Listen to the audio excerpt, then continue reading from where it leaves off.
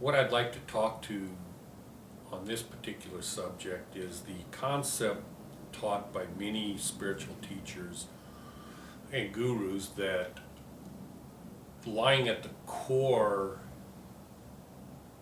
essence of non-duality is that there is no difference between yourself and God. And then they jump to the conclusion that therefore you are God in your own unique way.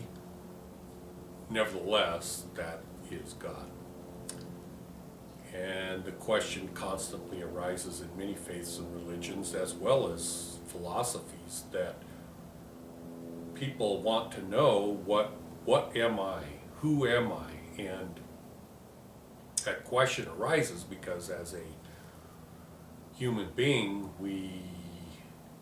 if we are intact and whole without some sort of mental defect that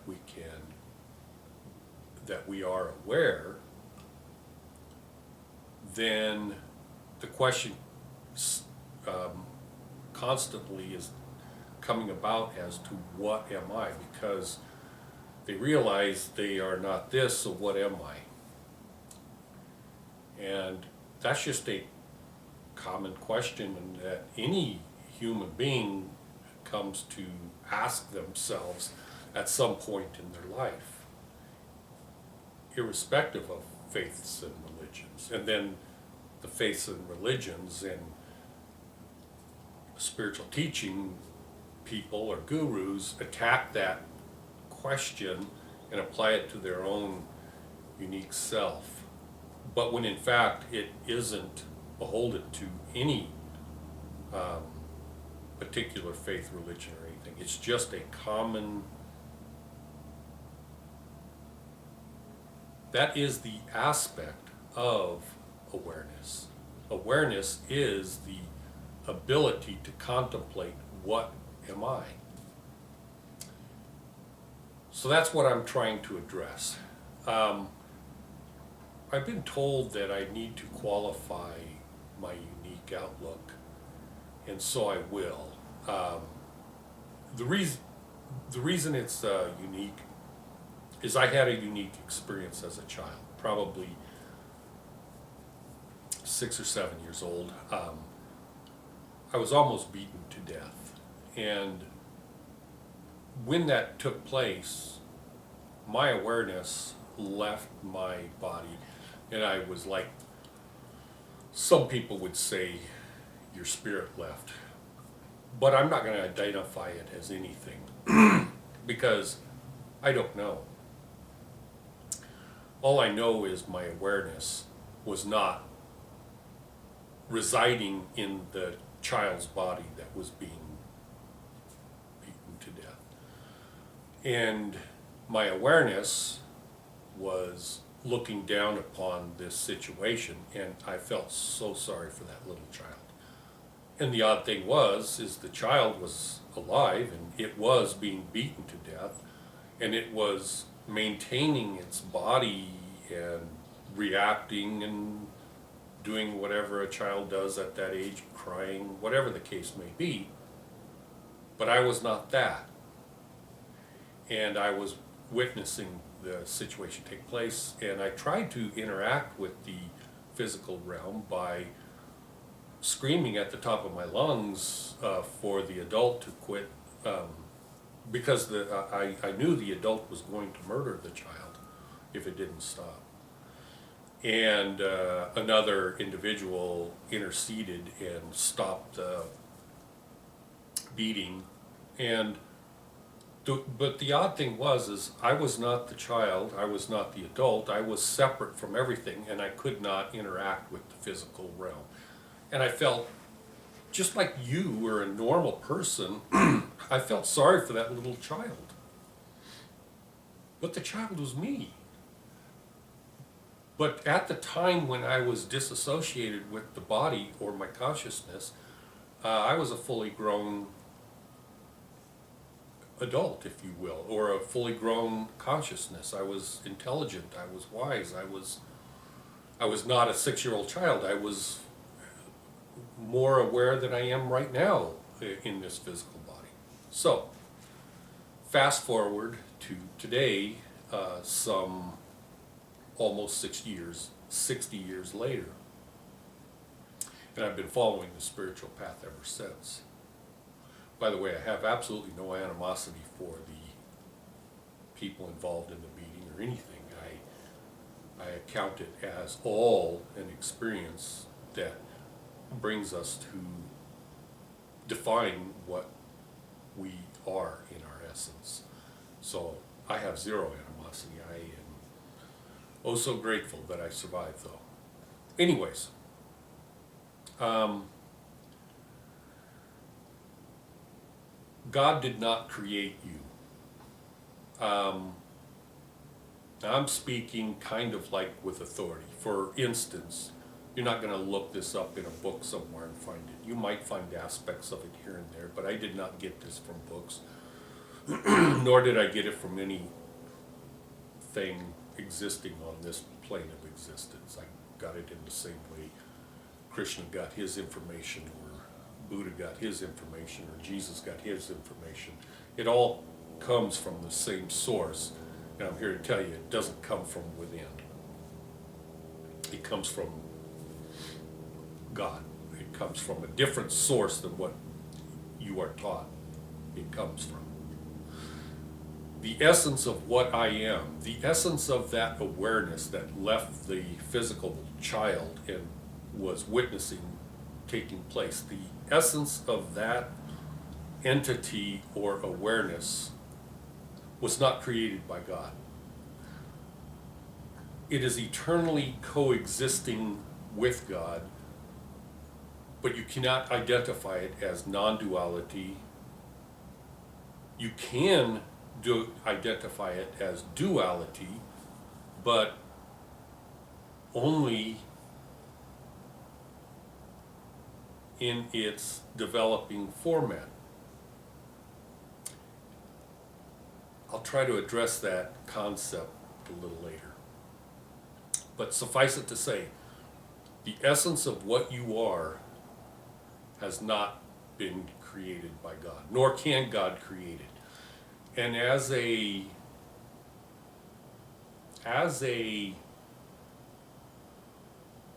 elemental essence of your essence, freedom of choice, free agency, the freedom of thought, the freedom to make choices. They say, a lot of people say, God gave us the freedom of choice. That, again, is not something that God can grant. God can provide things to choose from, of which we do not have or did not have the ability to create upon our own. Therefore, we could stay in a stasis of nothingness for all eternity without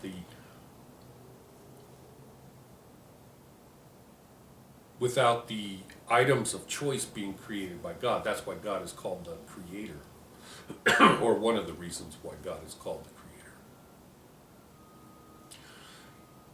So, the essence of choice, or freedom of choice, is also an elemental quality of the essence of what you are that cannot be created by God. Now, whatever God creates is God. So consequently, anything that God creates is, by qualification of it being from God, must absolutely be perfect. Therein comes the conflict of sin, or the devil, or evil, or such. In other words, people say, well, God created the devil, therefore the devil either cannot exist, or else it's a misconception of reality, or another way of putting it is evil cannot exist. Or if it does exist, it's just a misunderstanding of what reality is. Those are conflicts or cognitive dissonance created in the minds of those trying to adopt the current understanding of non-duality that exists within their minds. So another way of conflict that arises is Advaita is misunderstood, terribly misunderstood, which is a concept of non-duality. And it's expressed in words like not to, is the way they put it. And the concept that is taught a lot of times is the isness of clay. And they say, well, there's different pots. and all the pots are made from the same source, meaning clay. And yet there are different pots, different shapes, different this, different that, but it's all the same source. And they miss the entire concept of that teaching that is in the Upanishads. As though there is a realness of clay, as though clay exists. Clay does not exist. This is just a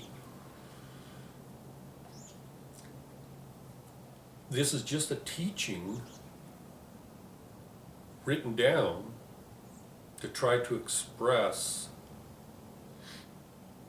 what they mean by Advaita or non-duality. The clay is the same.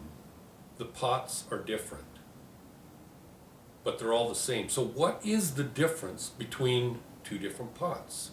What is the difference? I'll tell you what the difference is. The difference is who made that pot and who made that pot. Two pots made by different people look different. The source is the same, the pots are different. So what is the difference between the two pots? It isn't the pots. It isn't the clay. It has to be the source or the individuals that created the pots. That is the duality, which is the essence of the two different pot makers. The clay is the same. The reality that we exist in this universe, all the elements and all the things that exist are God. It's all clay. Everything is clay. The sun is clay. The air is clay. Everything in existence is clay. But what we do with that clay defines the duality or the individuality of the creators of the pots. Your essence is different from my essence, but difference does not necessarily denote one is better than another. If you take a rainbow spectrum and you pick this color and this color, which color is better? All the colors of the rainbow can be reduced to a rainbow, but the thing is you cannot. Here's the problem. They look at the rainbow and they say the rainbow is one, but the rainbow is not one. The rainbow doesn't actually exist. The colors of the rainbow are individualized, or the pixels of the rainbow are individualized. The rainbow doesn't actually exist. But when you put the individualities all together to form something, then you can identify it as a rainbow. But there is no such thing as a rainbow. I don't know if I'm making it clear to you. So, God created this reality so that you can create yourself into what you are. God created opportunities for us to choose to create ourselves. And depending upon the situations which we are thrust into, or live our lives, or whatever it is, we are making pots. So what does that mean, we are making pots? It means we are developing ourselves into what we are, in essence.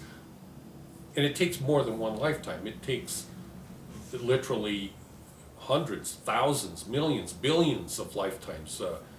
What did you do when you were an ant, or an orca, or an elephant, or you're a human being now. So what do you do as a human being? And what do you do after you've been a human being 100 times? You are developing yourself.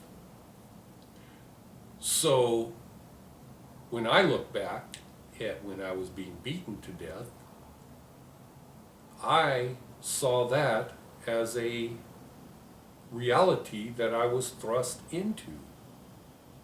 And it was, looking back, it was an exciting situation. I am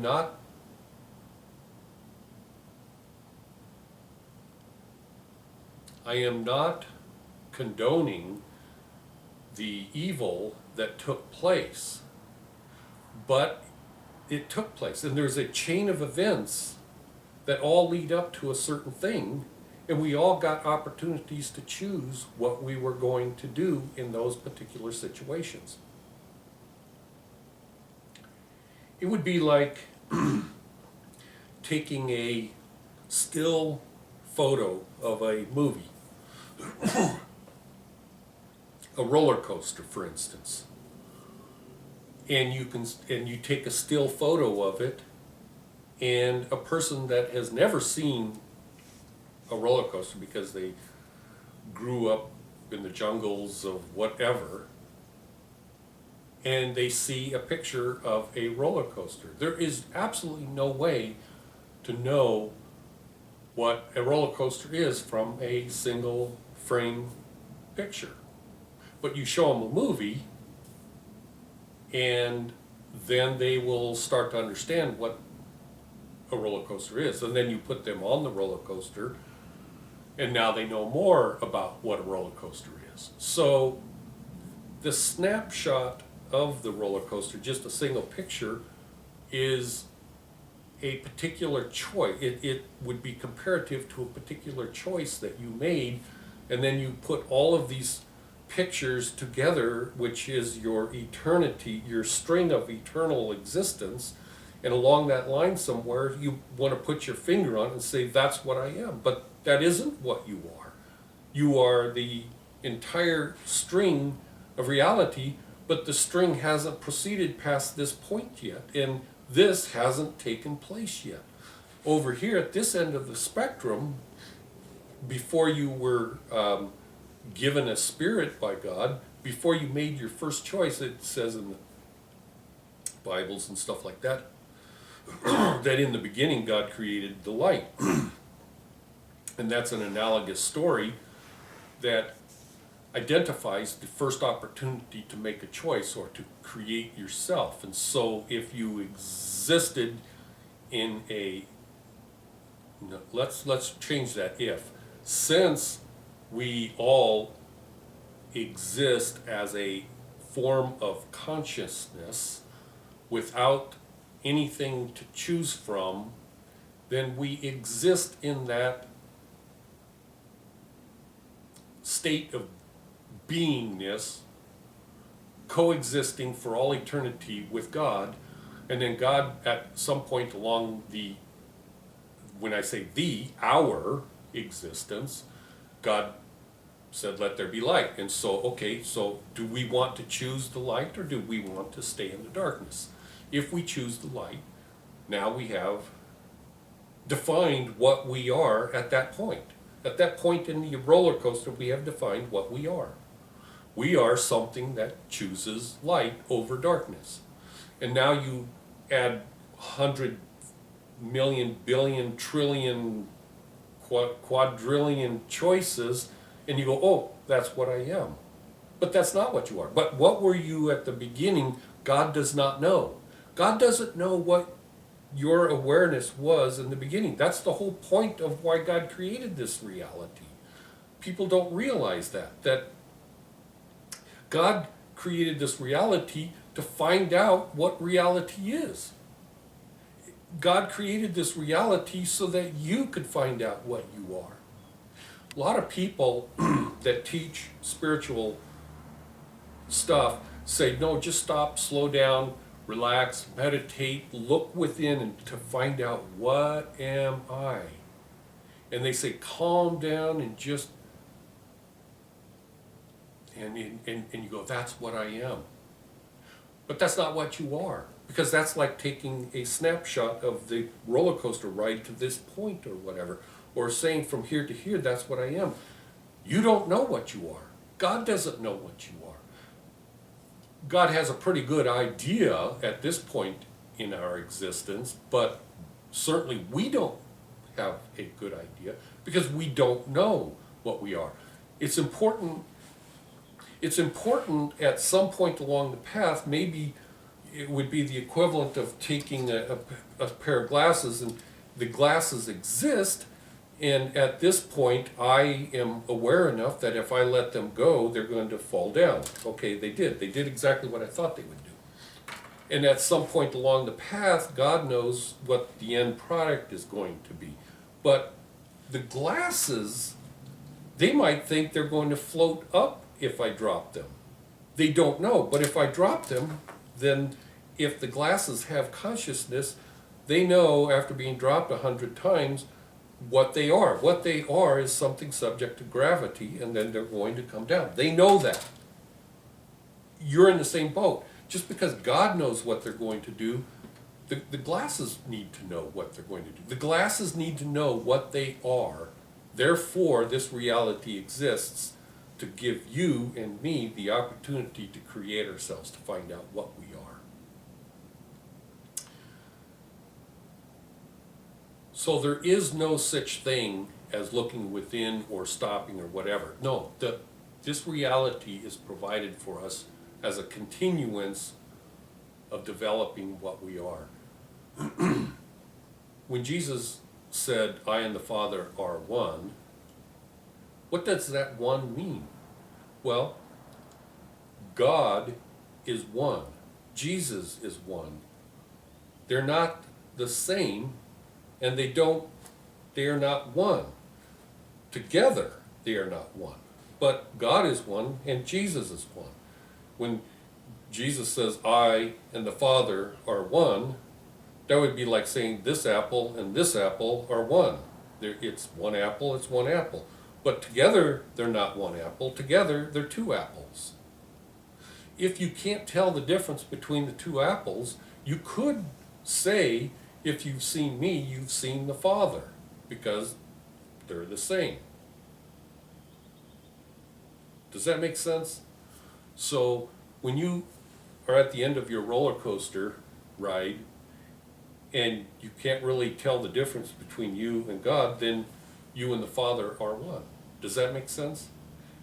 If at some point along the path and then you get here and you're a devil, well, clearly you and the Father are not one. You can see one's an apple, one's an orange. Now, you can say from a concept of evil or whatever, you could say, well, clearly there's a difference between a devil and a God, or a God of love and an evil devil. You can clearly say there's a difference between these two because you choose, which one do you choose?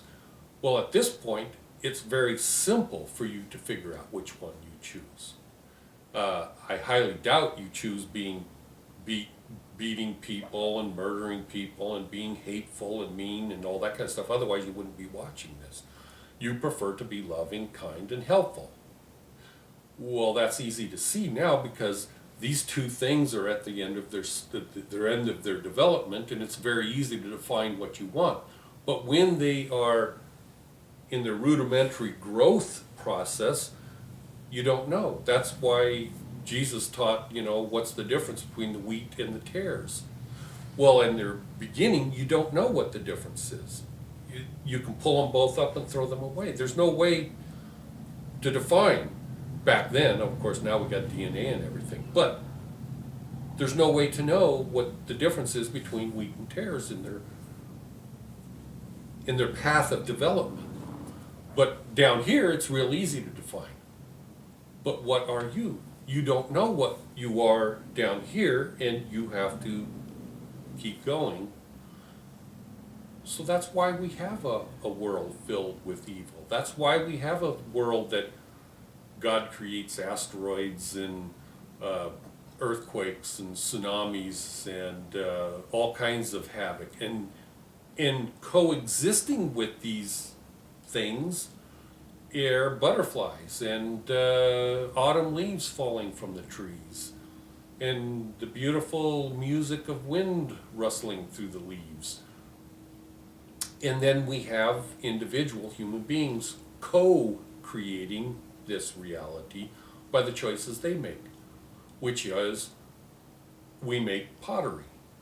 What does that mean, we make pottery? Well, some people make loving, kind things for others, and others create murder and havoc and such and such. And obviously there's a wide spectrum between these two of realities. And we get to choose what we think of all these things. If we are so warped in our mind along the path of thinking it's all the same, then we're not going to choose.